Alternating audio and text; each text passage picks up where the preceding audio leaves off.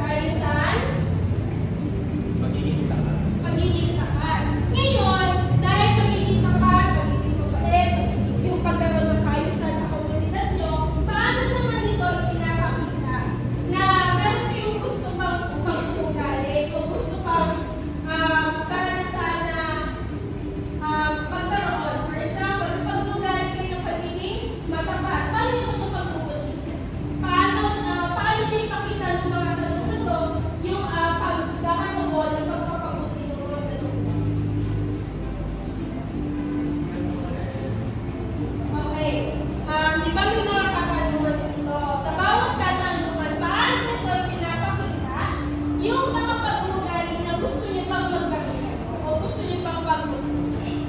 Halimbawa na lang ang pagiging matapat, para kayo mas magiging mas matapat pa sa inyong kampo, sa inyong komunidad.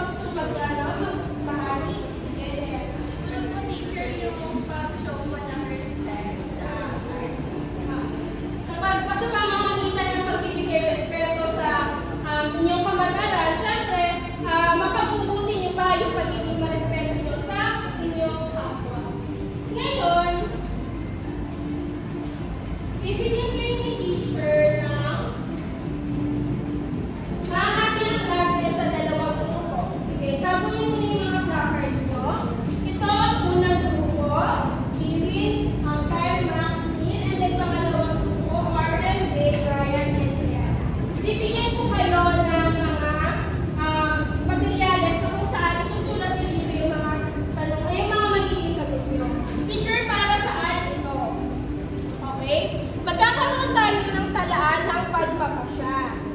Ngayon, si teacher ay magbibigay sa inyo ng tatlong pagpipilian na sitwasyon. Okay, grade 1, group 1, and ngayon, sa sitwasyon na to, meron kayong pagpipilian. So, bawat grupo ay mamimili kung ano sitwasyon na sasagutin nyo. Ang mga magiging sagot nyo, yung sulat nyo dyan sa mga numbers sa inyo.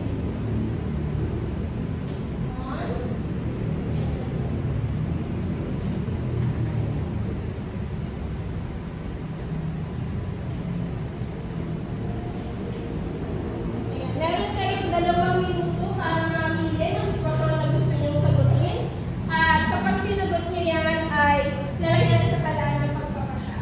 Pwede kayong bumilog, pwede rin kayong mag-usap-usap sa memo.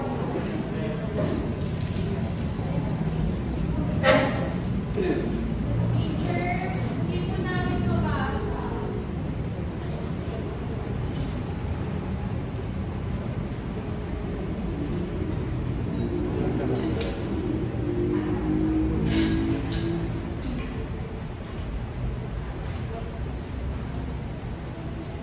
Teacher, ano gagawin dito sa board?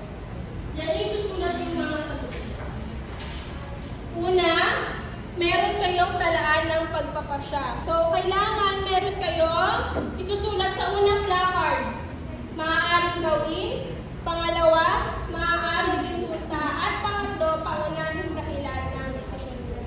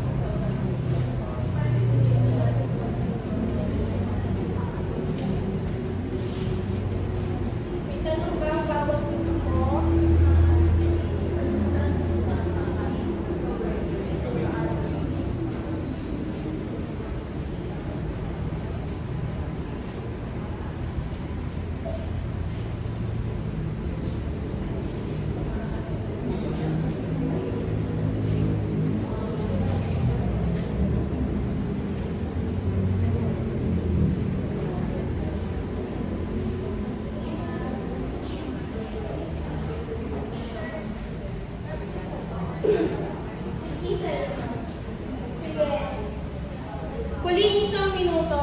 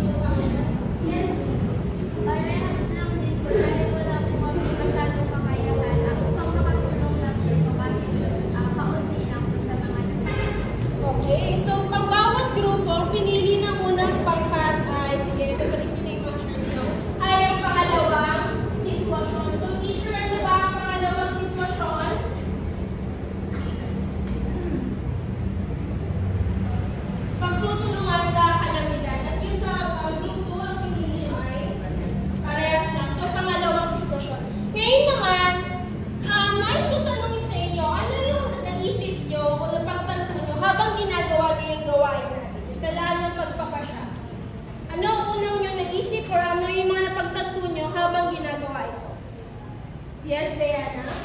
Kami teacher nakarelate po kami kasi kapag may mga sakuna, kalamin yung sitwasyon, hindi po kami makatulong kasi wala rin kami na ibigay na cash, donation, ganun po. Kaya ginagawa po talaga namin yung pag-share, pag-power posting po sa social media. Okay. So, dahil yun yung naisip nyo na pagtantunin nyo, ano naman ngayon yung naramdaman nyo habang pinag-uusapan ninyo ng bawat grupo nyo, yung mga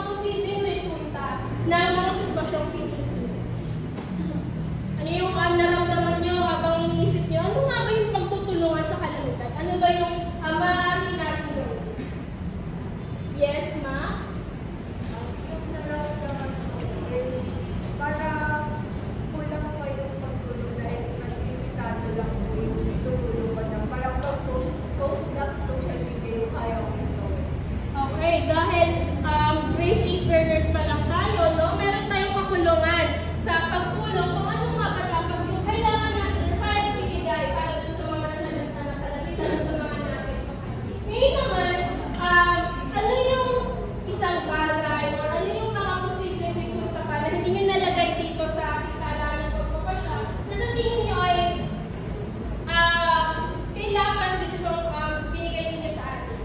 So, ano yung mga bagay pa, iba pang bagay o iba pang resulta na pinilit nyo or inisip nyo pa pwede maging ibahagi sa mga ating resulta? Sige, Neil. Malalim na pagbigay ng mas malalim na pagpapaunawa.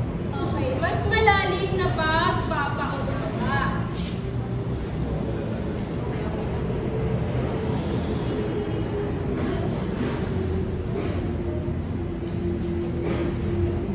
Ngayon, dahil bilang grade 8, sige,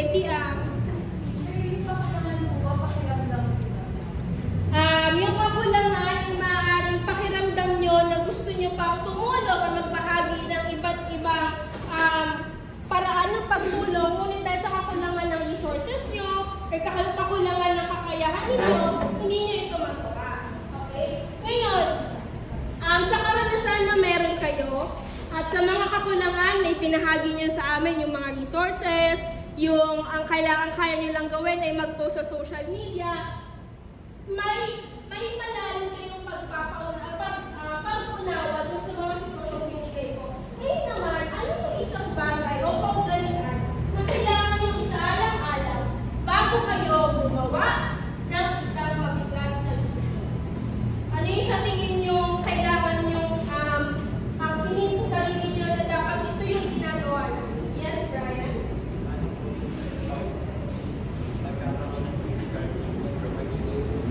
Okay, pagkakaroon ng critical thinking or pag-iisip ng mabuti, para kayo ay makapag-isip ng mas mabuti, kailangan nyo ng pag-unawa. So, lagyan natin critical thinking.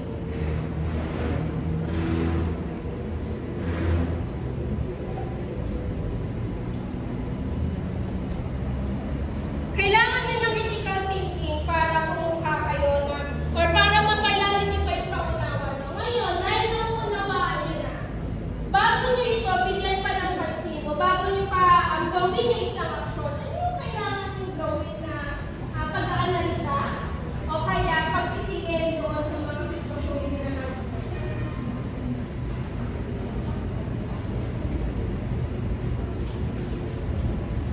So, dahil sinabi niyo may malalim kayong pangunawa, at dahil meron kayong malalim na pangunawa, meron kayong critical thinking na ibinabahagi sa inyo. Ano nga?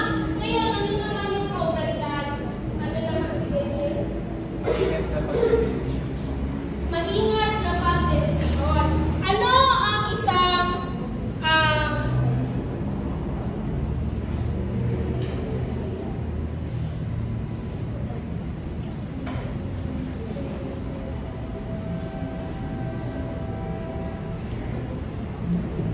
meron kayong maingat na pagdesisyon. Pero bago kayo magdesisyon, ano muna yung ginagawa ninyo?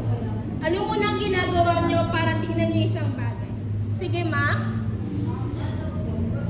Bago pa ako mag-desisyon, inaalam ko muna more, inugan ko muna kung ano yung problema para malaman ko kung paano ko magtutulong doon sa desisyon, ay doon sa problema. Okay, ano ngayon yung tawag sa ginagawa ni Max? Ano ang ginagawa niya para mapagbigay pa ng desisyon? Sige, Diana. Magmamalasakit ko sa kapwa. Pagmamalasakit sa kapwa,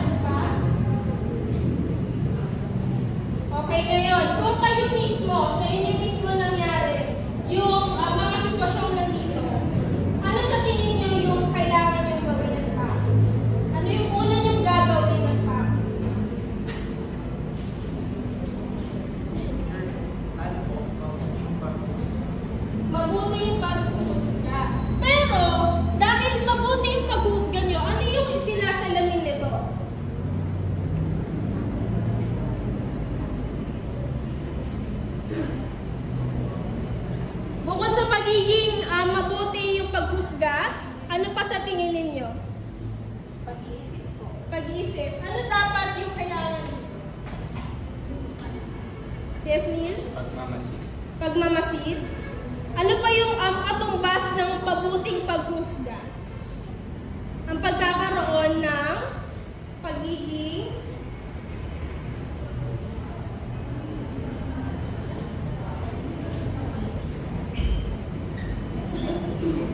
Sir, maingat daw, sabi ni Kai. ano ulit, Jimmy? Maingat daw. Maingat na Yun lang po sabi niya. bukompletuhin yung ano. Sige, ano? Teacher, pwede po ba pakikulit yung tanong? Okay, pakiulit yung tanong. Ngayon, kung sa inyo mismo nangyari, yung mga sitwasyon na yon dahil nga sinabi nyo na kailangan may maingat na pagdesisyon at paghusga, kung kayo yung nandoon sa unang sitwasyon na yun, ano yung una nyo gagawin? Dapat ay kinakailangan sa alang-alang niya ang pagkakaroon ng maingat na paghilos o paghusga. Ano ulit yun, Max? Kailangan po natin na maingat na pagkilos or maingat na paghusga tuwing may problema. Okay, ngayon, dahil meron tayong maingat na paghusga, paano naman natin ito gagawin o yung mga natutuhan natin dito, paano ito siya i-apply sa community natin sa paaralan natin? Kahit isang salita na lamang, paano siya mabait? Pagiging mabait, ano pa?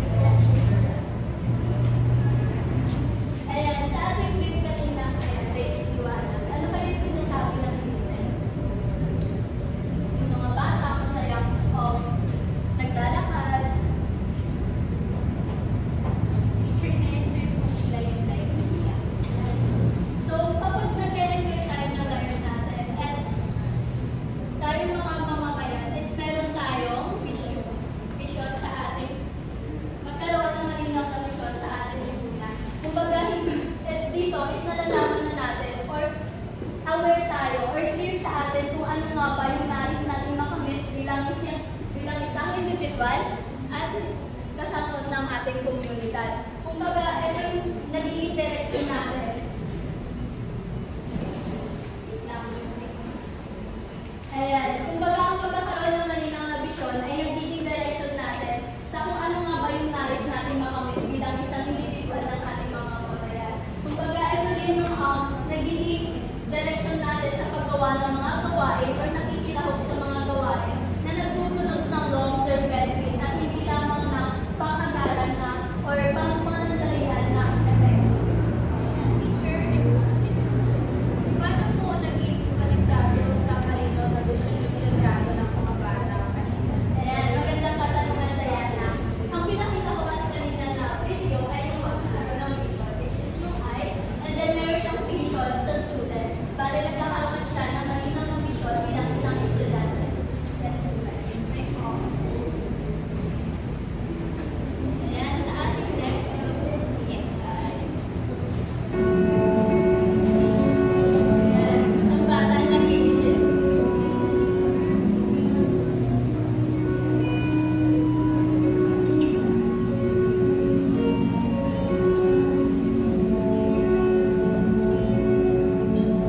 Ayan, ano kaya yung pinapakita ng data? Teacher na yung dapat.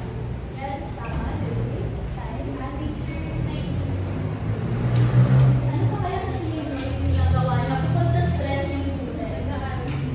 Okay. Kapag nag-aaral tayo, ano ginagamit natin? Yes.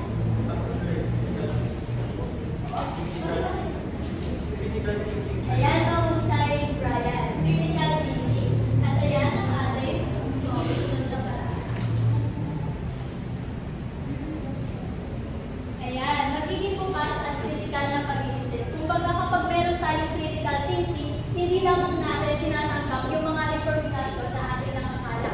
Kumbaga ito rin yung pag-aanalisa natin ng mga impormasyon, pag-aanalyze. Nagtatanong tayo kung paano at bakit nga ba meron ganitong impormasyon. Kumbaga ito rin yung titingin natin ng mga ebidensya, hindi lamang yung pagtanggap, lalo na sa ating panahon ngayon kung saan mas nag-aano na ngayon yung social media at mabilis na kumalag yung mga information.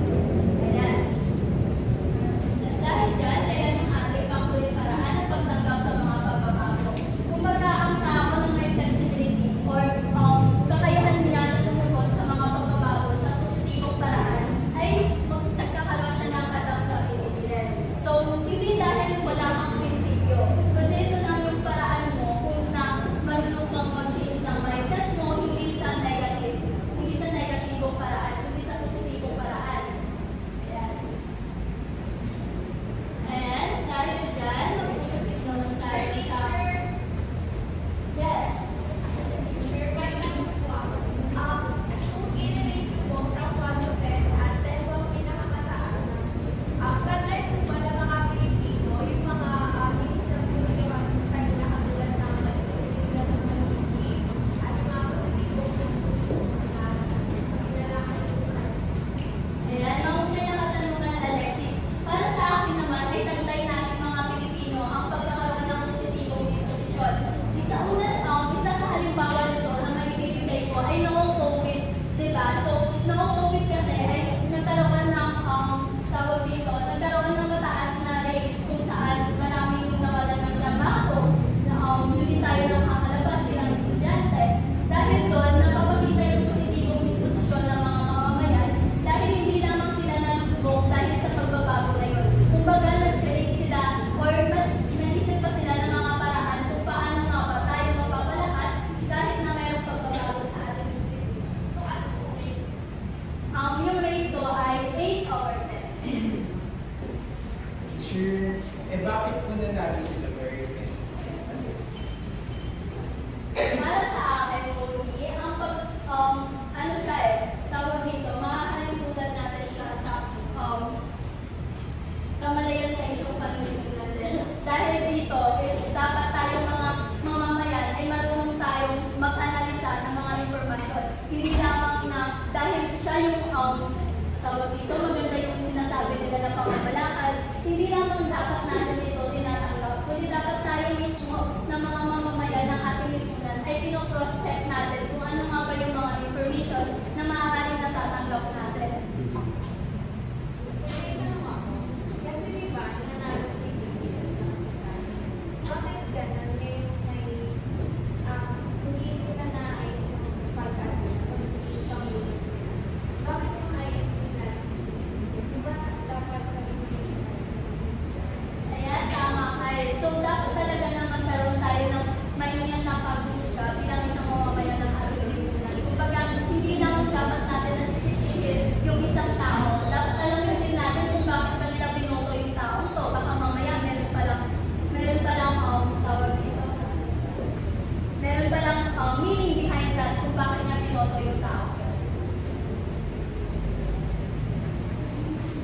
Yes. Bali teacher, bali hindi lang po 8 kung gano'n. Kasi hindi po nila tinatagla yung mga kamalayan po na yun ng mga Pilipino po kasi nanalo po si Duterte. Bababa po ba teacher? Hindi, Jasmine. Dahil katulad ng sinabi ko kanina, lahat tayo ay may kanya-kanyang disposisyon. Pero hindi natin alam kung paano nga ba natin yun nalilinaw para maging positibong disposisyon. Kaya tayo merong paraan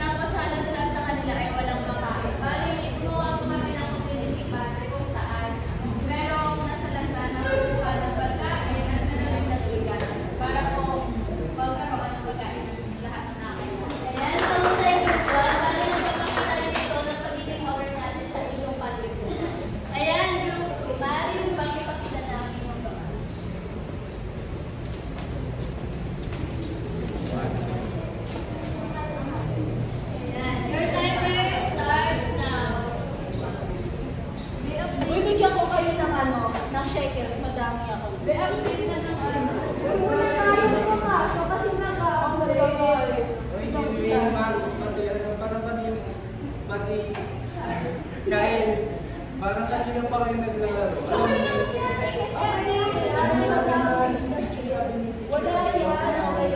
alam niyo, parang si Padre tayo mag-aral. Gusto niyo meron dito akong alam na yung mga lesson